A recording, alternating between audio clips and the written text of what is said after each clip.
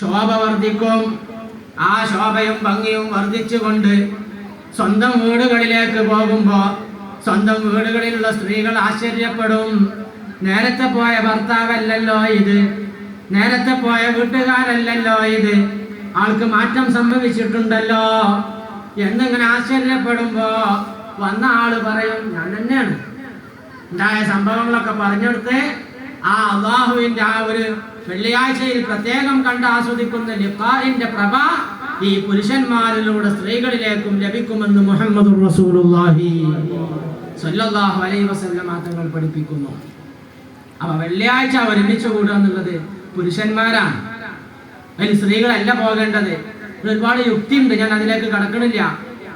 സ്ത്രീകൾ ഇങ്ങനെ പള്ളിക്കൊക്കെ പോകേണ്ട ആൾക്കാരല്ല. അവർക്ക് ഹൈദു നിഫാസുള്ള സമയത്ത് നിസ്കരിക്കൽ ഹറാമാണ്, പള്ളിയിൽ കയറൽ ഹറാമാണ്. ആ സമയത്ത് ഏതായാലും പോകാൻ പറ്റൂല. അതൊക്കെ ഒരു അയ്ബായി, അതൊക്കെ മറച്ചു വെക്കേണ്ട സമയങ്ങളാണ്. സ്വന്തം വീട്ടിലെ പുരുഷന്മാര് പോലും കാണല് അല്ലേ, അങ്ങനെ ഹയാവ് വേണം. ഹൈദ് പിരീഡും നിഫാസ് പിരീഡൊക്കെ അതൊക്കെ സൂക്ഷിച്ചുകൊണ്ടാണ് സ്ത്രീകൾ കഴിഞ്ഞുകൂടേണ്ടത്.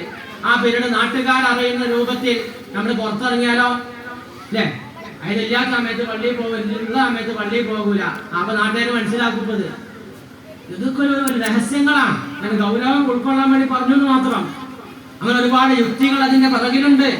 നമ്മൾ ഏതെങ്കിലും ആളുകൾ ഇങ്ങനെ ന്യായം പറയുമ്പോ അളക്കേണ്ടതല്ല വിശുദ്ധമായ ഇസ്ലാം എന്ന് പറയപ്പെടുന്നത്. ഈ ശരീരത്തെ സൃഷ്ടിച്ച് പരിപാലിക്കുന്ന യജമാനനായ റബ്ബിനൊക്കെ നിയമങ്ങൾ വെച്ചിട്ടുണ്ട്. അപ്പൊ ഞാൻ പറഞ്ഞത് അവിടെ എവിടെ പറഞ്ഞു വെച്ചത്, നിങ്ങൾ പറഞ്ഞെന്റെ ഇവിടെ പറഞ്ഞു വെച്ചത്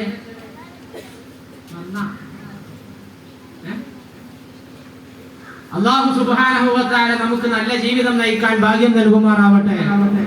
അപ്പോ നമ്മുടെ ജീവിതത്തിന്റെ ലക്ഷ്യം നമ്മൾ മറക്കരുത്. ആ ജീവിതത്തിന്റെ ലക്ഷ്യം മറക്കാതെ നമ്മൾ കൊണ്ടു നടക്കണം. അപ്പൊ നമ്മൾ നല്ല നല്ല ദായിമായ അമലുകളാണ് ജീവിതത്തിൽ മുറുകെ പിടിക്കേണ്ടത്. എല്ലാ ദിവസം, എല്ലാ ആഴ്ച, എല്ലാ മാസം ഒരു മജ്‌ലിസ് മുടങ്ങരുത്. ഞാൻ അതിനൊരു മഹത്വം കൂടി പറയാം. നമ്മൾ എല്ലാ മാസവും കൃത്യമായ ഒരു മജ്‌ലിസിൽ പങ്കെടുക്കുന്ന സ്വഭാവം നമുക്കുണ്ടെങ്കിൽ, ഉദാഹരണം പറയാം, ഇവിടുത്തെ സ്വലാത്ത് മജ്‌ലിസ് എന്നാണ് ഇംഗ്ലീഷ് മാസം, അറബി മാസം. എല്ലാ അറബി മാസവും അവസാനത്തെ ഞായറാഴ്ച മഗ്‌രിബിന് ശേഷം സ്വലാത്ത് മജ്‌ലിസ് നടക്കും. നമ്മൾ കൃത്യമായി ആ മജ്‌ലിസിൽ പങ്കെടുത്താൽ നമ്മൾ മരിച്ചു എന്ന് സങ്കല്പിക്കുക. മരണശേഷം ഖബറിൽ കിടക്കുമ്പോൾ എല്ലാ അറബി മാസവും അവസാനത്തെ ഞായറാഴ്ച വന്നാൽ ആ ഒരു മജ്‌ലിസ് ആ നാട്ടിൽ നടക്കുന്നുണ്ടോ, അതിന്റെ പ്രത്യേകമായ സന്തോഷം ഖബറിൽ ആസ്വദിച്ച് കിടക്കാൻ സാധിച്ചു. അങ്ങനെ പടച്ചോനും ചിന്തിക്കാണ്. പടച്ചോനെ അവിടെ തീരുമാനിക്കുന്നത് എന്താ, ഇവനെ ഈ മജ്‌ലിസിൽ പങ്കെടുക്കാൻ തടസ്സം വന്നത് എന്താ, മരണം മാത്രമാണ്. അതുകൊണ്ട് എന്റെ ഇഷ്ടപ്പെട്ട, എന്റെ മജ്‌ലിസിനെ ഇഷ്ടപ്പെട്ട അടിമ അവൻ ഖബറിൽ പോയി കിടക്കുമ്പോ അവന്റെ ജീവിതകാലത്ത് അവൻ കൃത്യമായി ബഹുമാനത്തോടുകൂടി പങ്കെടുത്തൊരു മജ്‌ലിസ് ഈ ഭൂമി ലോകത്ത് നടക്കുന്ന കാലത്തോളം അതിന്റെ കൂലി അവനിലേക്ക് ഞാൻ നൽകും. ഇത് അല്ലാഹുവിന്റെ തീരുമാനമാണ്. ഇങ്ങനെ നല്ല നല്ല മജ്‌ലിസിന്റെ ബഹുമാനം നമ്മൾ ഉൾക്കൊള്ളണം. ഒന്ന്. മറ്റൊന്ന്, നമുക്ക് ഏതായാലും സ്വന്തമായി രക്ഷപ്പെടാൻ കഴിയുമെന്ന് ആലോചിച്ച് നോക്കാണ്.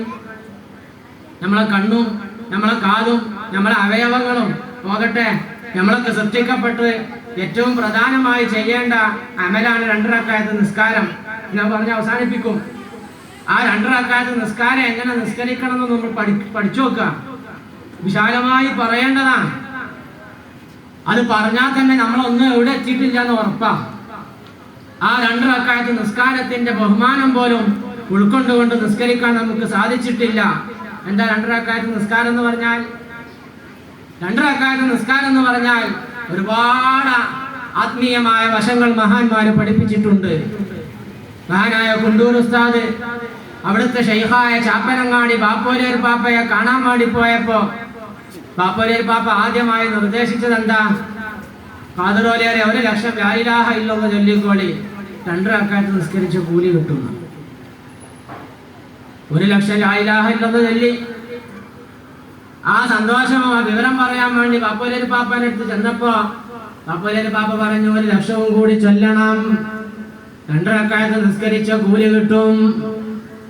ഉസ്താദിനൊരു പേടി കുടുങ്ങി. അപ്പോൾ പാപ്പാന്റെ നിർദ്ദേശപ്രകാരം അടുത്ത രണ്ടാമത്തെ 1 ലക്ഷവും ചൊല്ലി തീർത്തു. വീണ്ടും കാണാൻ ചെന്നപ്പം മൂന്നാമത്തെ നിർദ്ദേശം 1 ലക്ഷവും കൂടി ചൊല്ലിക്കോളി, 2 റക്അത്ത് നിസ്കരിച്ച കൂലി കിട്ടും. വല്ലാത്തൊരു ഉസ്താദ് പറയാണല്ലോ, 2 റക്അത്തിന്റെ ബൽപ്പ് അപ്പളാ മനസ്സിലായത്. 2 റക്അത്തിന്റെ ബൽപ്പ് അപ്പളാ മനസ്സിലായത്. പക്ഷെ ആ 1 ലക്ഷം ചെല്ലിയിട്ടും തീർന്നില്ല. പേടി കുടുങ്ങി. പിന്നെ 2 റക്അത്ത് നിസ്കാരത്തിന്റെ സ്ഥാനം പോലും എനിക്ക് മനസ്സിലായില്ലല്ലോ. പഠിച്ചോന്റെ നരകത്തിലിടുവോ, പഠിച്ചോന്റെ ശിക്ഷിക്കോ എന്ന പേടി കുടുങ്ങി ആ ഒരു മാനസികാവസ്ഥയിൽ 1 ലക്ഷം ചൊല്ലിയിട്ട് തീർന്നില്ല. ഉസ്താദിന് കാലം ഉണ്ടായിരുന്നു അല്ലേ, കുപ്പായം തൊടാത്തൊരു കാലം, ചൂട് പിടിച്ചൊരു കാലം ഉണ്ടായിരുന്നു. അനുഭവമുള്ളവർക്ക് ഓർമ്മ ഉണ്ടാവും. ആ ഒരു കാലാണത്. അങ്ങനെയാണ് ദർശകം നിന്നത്. ആ ഒരു ചൂടും മനസ്സുകൊണ്ട് കയറി പഠിച്ചോന്റെ തീരും നരകത്തിലിടുവോ. അങ്ങനെ കഷ്ടപ്പെട്ട് മാസങ്ങൾ പിടിച്ച് 1 ലക്ഷം ചൊല്ലി തീർത്തു. അപ്പൊ നമ്മളെ ചെല്ലലൊന്നും അല്ലാന്ന് മനസ്സിലായി. നമ്മളെ ചെല്ല നേരത്തെ ഉസ്താദ് ഇവിടെ സൂചിപ്പിച്ചു അല്ലേ, നിയ്യത്ത് നന്നാക്കണം. ഏത് കാര്യവും നിയ്യത്ത് കൊണ്ടാണ് നന്നാവുക. ചെയ്യണതിന് വലിയ സ്ഥാനം നമ്മൾ കൊടുക്കണം. ആ 1 ലക്ഷം ചൊല്ലി തീർത്ത് ഇങ്ങനെ ബാപ്പുലേരി പാപ്പനെ കാണാൻ പോയപ്പോ ബാപ്പുലേരി പാപ്പ പറഞ്ഞാല് പേടിച്ചിട്ട് ഉസ്താദ് പറയാണെന്ന് പേടിച്ചിട്ട് ഞാൻ വിട്ടുനിന്ന് ഇങ്ങനെ ഒരു മരത്തിന്റെ ചോട്ട് ഇങ്ങനെ നിന്നിട്ട് ചൂടും താപം സഹിക്കാതെ കുപ്പായ അയച്ച് തോളിട്ട് കണ്ട് ഞാൻ പോകണത്. ബാപ്പുലേരി പാപ്പ ഇങ്ങനെ കൊലയിൽ ഇരിക്കുമ്പോ ഞാൻ വിട്ടുനിന്ന് ഇങ്ങനെ നോക്കി. പേടിച്ചാണ്ട് ഹാദറത്തിലേക്ക് ചെല്ലാൻ കഴിയണില്ല. പക്ഷെ ബാപ്പുലേരി പാപ്പ എന്നെ കണ്ടപ്പോ ഇങ്ങനെ വിളിച്ചു, ഇങ്ങോട്ട് പോരി കാതുറോലേറെ അല്ലാഹു നമ്മളെ നരകത്തിലും തെയ്യിലിടൂല. അപ്പോഴാണ് എന്റെ മനസ്സിലൊരു സന്തോഷം വന്നത്. ആ 2 റക്അത്ത് നിസ്കാരത്തിന്റെ സ്ഥാനം എത്രയാണ്? പരിശുദ്ധമായ റജബ് മാസത്തിൽ അല്ലാഹു തആല നമുക്ക് കൊടുത്തയച്ചത് അതാണ്. അല്ലാഹു ഖുദ്സിയായ ഹദറത്തിലേക്ക് ഹബീബായ മുഹമ്മദുർ റസൂലുള്ളാഹി സ്വല്ലല്ലാഹു അലൈഹി വസല്ലമ തങ്ങളെ ആളെയും വാഹനവും കൊടുത്തയച്ച് പ്രത്യേകമായ സ്ഥാനബഹുമാനങ്ങൾ നൽകി ആദരിച്ച പവിത്രമായ രാത്രി ജിബ്രീൽ അലൈഹിസ്സലാത്തു വസ്സലാമിന്റെ കൂടെ അങ്ങനെ പോയി പ്രത്യേകമായ ഒരു സ്ഥലത്തെത്തിയപ്പോ ജിബ്രീൽ മുത്തുനബിയോട് പറഞ്ഞു, ദഅനി തഖദ്ദം യാ ഹബീബി ലാ തഖഫ് അബ്ശിർ തുനാജി റബ്ബകൽ ഖയ്യൂമ സല്ലു അലൈഹി വസല്ലിമു തസ്ലീമാ. ഇത്രയാണ് മഹാന്മാർ അത് വർണ്ണിച്ചത്. ജിബ്രീൽ അലൈഹിസ്സലാത്തു വസ്സലാം മുത്തുനബിയെ ഖുദ്സിയായ ഹദ്റത്തിലേക്ക് പറഞ്ഞയച്ചു. ആ ഖുദ്സിയായ ഹദ്റത്തിലെത്തിയപ്പോ അല്ലാഹു സുബ്ഹാനഹു വ തആലയുടെ മുഖദ്ദസായ ദാത്ത് കണ്ടപ്പോ മുത്തുനബി പ്രഖ്യാപിച്ചു, അത്തഹിയാത്തുൽ മുബാറകാത്തു സ്വലവാത്തു ത്വയ്യിബാത്തു ലില്ലാഹ്.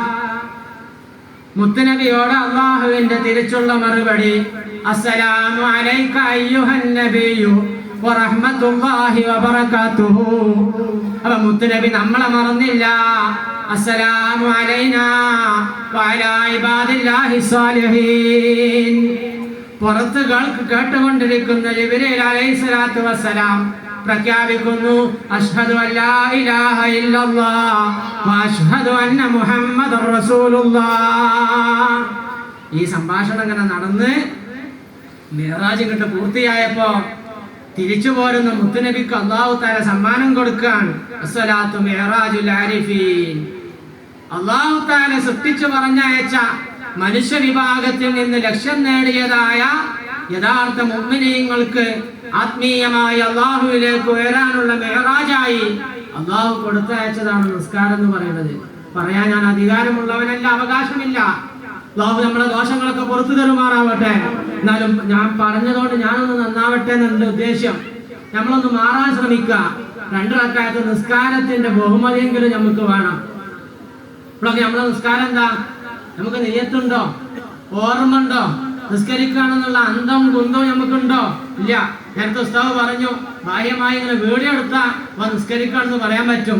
മനസ്സൊക്കെ നോക്കിയാൽ അവന്റെ നിസ്കാരം ഓന്റെ അടുത്ത് തന്നെ ഉണ്ടാവില്ല. ഡ്രൈവിംഗ് പോലെയാണെന്ന് പറഞ്ഞു ചിലപ്പോ അല്ലേ. പല സംസാരവും പല ചിന്തയും പല ആലോചനയും ഇങ്ങനെ ഉണ്ടാവും. പക്ഷെ ഓട്ടോമാറ്റിക്കലി ഇതിങ്ങനെ ശരീരം ഇങ്ങനെ പാകപ്പെട്ടതുകൊണ്ട് അങ്ങനെ നടക്കും അല്ലേ. ഗിയർ ഇപ്പൊ ഫസ്റ്റിലാണെങ്കിൽ അതിങ്ങനെ മൂവായ സെക്കൻഡിലേക്ക് ഇങ്ങനെ കൈ എവിടെ ഉള്ളത്, അങ്ങനെ കയ്യൊക്കെ ഇങ്ങനെ